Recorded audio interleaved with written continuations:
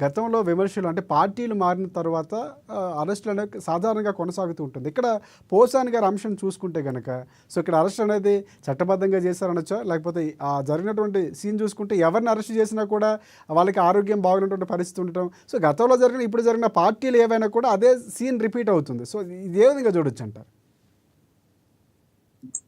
రాజశేఖర్ గారు, మీకు డాక్టర్ వరలక్ష్మి గారికి, మధుకర్ గారికి, అట్లాగే అమ్మా న్యూస్ ప్రేక్షకులకు నమస్కారం. ఎవరితోనంటే తిలా పాపం తలా పిడకలు. నేను హేతు వాడిని. నాకు కులాల గురించి మాట్లాడుతూ సిగ్గు అనిపిస్తుంది. కుల నిర్మూలన కావాలని కోరుకునేవాడిని. కానీ ఆంధ్రప్రదేశ్ రాజకీయాలు చూస్తుంటే కులగతి రాజకీయాలు చాలా పెట్టరేగిపోయినాయి, ఇంకా పెట్టరేగిపోతున్నాయి అనుకుంటాను. ఏమంటే నేను ఒక ప్రాంతాన్నో లేకుంటే ఒక కులాన్నో లేకుంటే ఒక జాతిని అవమానించడానికి కాదు, కానీ మిగతా దేశవ్యాప్తంగా చూసుకుంటే ఒక రకంగా బీహార్ రాజకీయాలు ఇట్లాంటివి కూడా మనకు తీసుకట్టనిపిస్తుంది. అంటే ఆంధ్రప్రదేశ్ లో రాజకీయాలు చూస్తే కుల రాజకీయాలు బాగా పెట్టాయి. ఇంతకుముందు వరలక్ష్మి గారు అన్నట్టు పార్టీల వ్యక్తుల గురించి మాట్లాడడం వద్దు, కానీ పార్టీలలో ఏ వర్గం వాళ్ళని ఆ వర్గం వాళ్ళతో తిట్టించడం ఇవి ఒక్కటి కాదు కదా. ఉద్దేశం ఏంటంటే వసాని కృష్ణమూర్తి గారు కానీ, కొడాలి నాని కానీ, ఆళ్ల నాని కానీ గతంలో చూసాం మనం. వంశీ కానీ గులాబీ నిషా గారు వాళ్ళ మాటలు.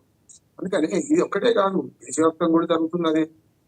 అప్పుడు అస్సాం ముఖ్యమంత్రి రాహుల్ గాంధీ పుట్టుక గురించి మాట్లాడాడు, అప్పుడు కూడా తప్పు. నిజంగా. అంటే మోడీ గారి గురించి, భార్య గురించి మాట్లాడిన మాటలు దేశవ్యాప్తంగా మెల్లమెల్లగా పాకుతున్నాయి మొత్తం అంతా. కాకపోతే మనమే ఆంధ్రులు ఆరంభ సులులే కానీ ఆంధ్రులు మొదలు పెడతారు కదా, అందుకని జరిగింది ఇక్కడ నుంచి. ఇక్కడ నిష్పక్షపాతంగా మాట్లాడాలనుకుంటే గతంలో తెలుగుదేశం పార్టీ కూడా ఉన్నప్పుడు కొంతవరకు పోయింది, కానీ కాలం మారుతున్న కొద్ది ఏమైందంటే ఈ భాష, పరిచయమైన భాష పెరుగుతున్నారు. ఇంతకు కొత్తగా అధికారంలోకి వచ్చిన కొత్తలో మనకు స్పీకర్ అయ్యన్న పాత్ర కూడా అధికారుల మీద ఎట్లా మాట్లాడి చూసాం మనం. నేను స్పీకర్ కాబోతున్నా, నీ సంగతి ఏంటో రేపటి తీర్చేస్తాను అంటే అధికారంలో ఉన్నప్పుడు ఒక మాట, అధికారంలో లేనప్పుడు ఒక మాట, అన్ని పార్టీలు అవే చేస్తున్నాయి. కానీ ఇప్పుడు ఈ విషయానికి వస్తే కేసు ఎప్పటిది దాదాపు 20-30 అప్లికేషన్లు అంటే మనకు పోసాని కృష్ణమూర్తి గారి మీద గతంలో వేరే వేరే పోలీస్ స్టేషన్లో నమ్మదైంది. మరి ఇవాళ మొన్నటికి మొన్న రీసెంట్ గా కంప్లైంట్ నిన్న కాక మొన్న వేస్తే దాని మీద వచ్చారు. ఈ అరెస్ట్ల పరం ఎవరిని చేస్తాను ఏమంటే అడ్వకేట్ గా వ్యక్తి స్వేచ్ఛను అరికట్టు.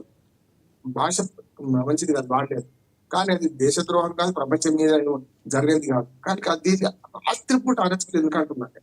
ఏమవుతుందంటే ఇక్కడ గతంలో రామకృష్ణరాజు గారిని అరెస్ట్ చేసినప్పుడు అది ఆయన ఆ చేసిన పొరపాటు తర్వాత కనుక ఏమవుతుందంటే ఈ రాత్రిపూట అరెస్టులు అంటే చిన్న కేసులో కూడా, ఆ కేసులు మాకు తెలుసు, వర్గాల మధ్య కులాల మధ్య చిచ్చు పెట్టేది, చిత్ర పరిశ్రమలు ముఖ్యంగా కులాల మధ్య చిచ్చు పెట్టేది సెక్షన్ పెట్టారు.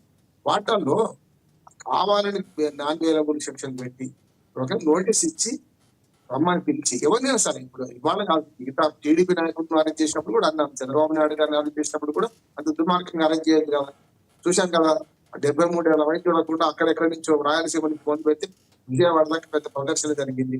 ఆ తర్వాత కేసు ఏమైంది ఇప్పటిదాకా తెలియదు. అందుకంటే ఏమంటుందంటే అటు మన చంద్రబాబు నాయుడు అరెస్ట్ కానీ, ట్రిబుల్ మనకు మన వార్డు అరెస్ట్ కానీ, అట్లాగే ఇప్పుడు వాళ్ళ పోతాధికారుల కృష్ణమూర్తి అరెస్ట్ కానీ, ఇవన్నీ సరైనవి కావంటున్నారు. అట్లానే మనకు వర్మ గారు, రామ్ గోపాల్ వర్మ గారు కూడా అడగొట్టు మాట్లాడిన సందర్భం చూసాం, సినిమా తీసిన సందర్భం చూసాం, కులాన్ని వీటి అవమానించిన సందర్భం చూసాం.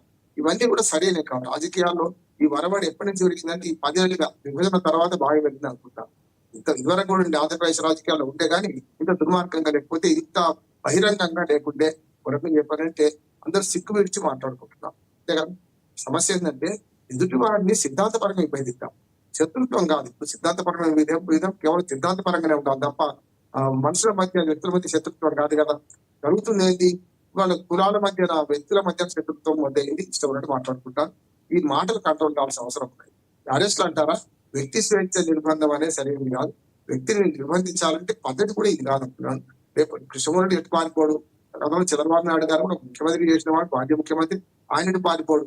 కానీ అరెస్ట్ చేసిన పద్ధతులు కరెక్ట్ గా లేవంటున్నారు. ఇవాళ చేశారు, తీసుకుపోతారు, వాళ్ళు కస్టడీ కోరుతారు, ఏమవుతుంది, కేసు నడుస్తుంటది.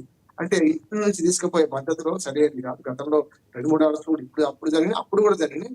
ఇవి పద్ధతి పాటించాలంటున్నాను నేను. అనవసరంగా ఏది నాన్ వేలబుల్ కేసు పెడితేనే చేస్తామని చెప్పి చాలా వరకు ఇప్పుడు అడ్వకేట్ బెయిల్ కూడా లేకుండా పెద్దగా అన్ని నోటీస్ ఇచ్చి ట్రయల్ నడిపే పద్ధతి వచ్చింది.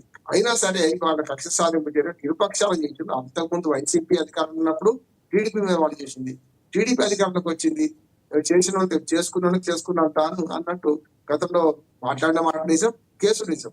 అరెస్ట్ చేసిన పద్ధతిని మాత్రమే ఎవరు చేసినారు, అప్పుడు చంద్రబాబు నాయుడు గారు కానీ ఇప్పుడు పోసాని మురళి గారు కానీ చేసిన పద్ధతి తప్పు అని అంటున్నాను. చేస్తే కేసులు పెట్టండి, కోర్టు నడుస్తుంది, కోర్టు తీర్పు వస్తుంది, తర్వాత నిందితులే కానీ వాళ్ళు నేరస్తులు కాదు కానీ ఇప్పుడైతే.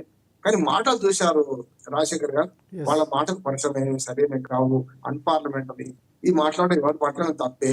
ఒక రకంగా చెప్పాలంటే ఈ మనకు అధికారంలో వచ్చినప్పుడు వాళ్ళు పెట్టలేకపోతున్నారు, అధికారం పోగానే మొత్తం బీదవాడు అయినట్టు ప్రపంచం మొత్తం బీదవాడు అయినట్టు మేము పేదవాళ్ళు అన్నట్టు మాట్లాడుతున్నారు. ఇది కరెక్ట్ కాదు. అధికారంలో ఉన్నప్పుడు కూడా ఇదే పద్ధతి ఉంటే ఇటు కాకుండా ఇటు అటైనా సమానంగా ఉంటుంది. అది Right, జరుగుతలేదు right. కదా అంటున్నా.